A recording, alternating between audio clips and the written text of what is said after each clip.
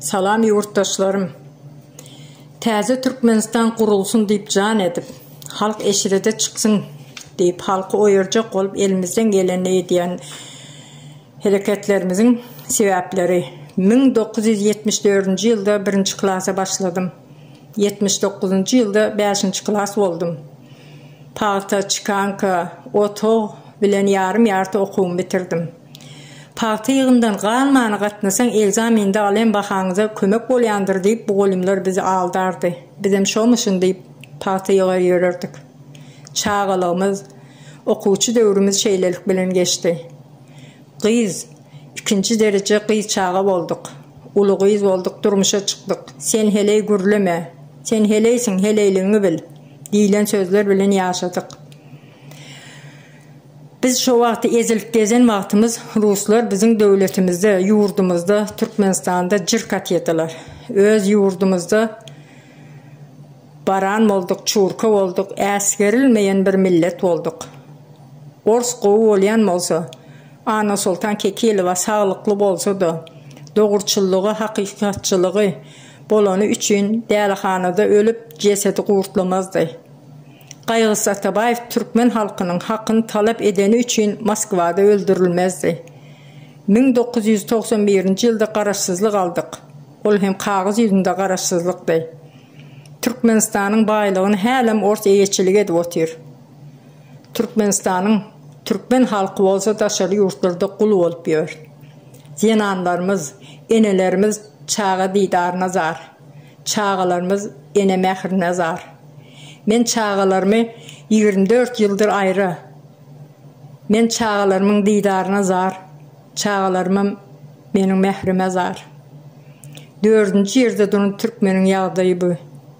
Sadece Türkmenin asuda asmanı vardır. Bu söz Türkmenin yazıdan qalan mirastır.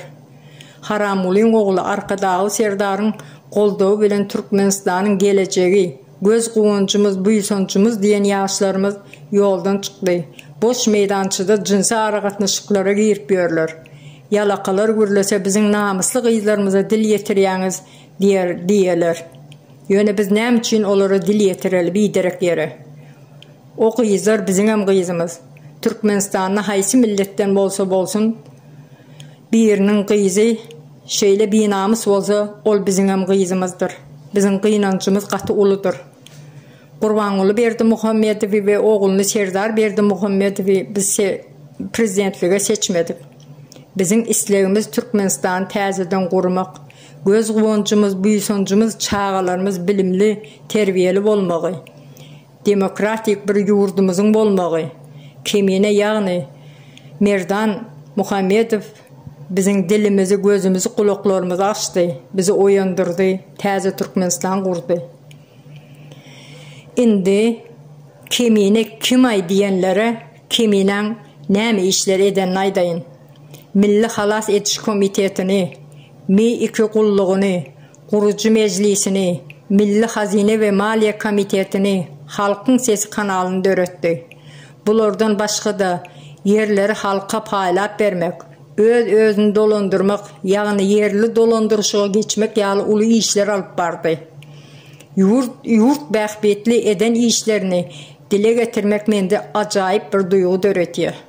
Men bular toluğun manaydıp bilemek. Türkmen halkının 150 yıllap arzu edip yetip bilmedik arzularını amala aşırdı. Yani gündeme çıkardı. Bu mu? Keminanın yani Merdan Muhammedov'un günahı bu mu? Merdan'ı sahnadan ayırsak bu işler durur deyseniz yanlışsınız. İşler durmaz, devam edip dur.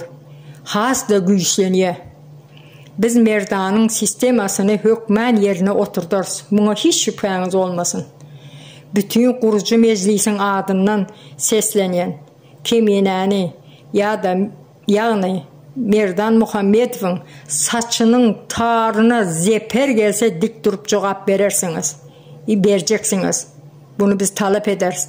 Bunun bu işin nemesini bırakmarız biz. Merdan için bütün halk ayağı qalar. Merdan bir enenin çağası değil. Bizim hem çağımız. Vatanın oğlu, enelerin oğlu, halkın oğlu Merdan. Hoş sağ olun.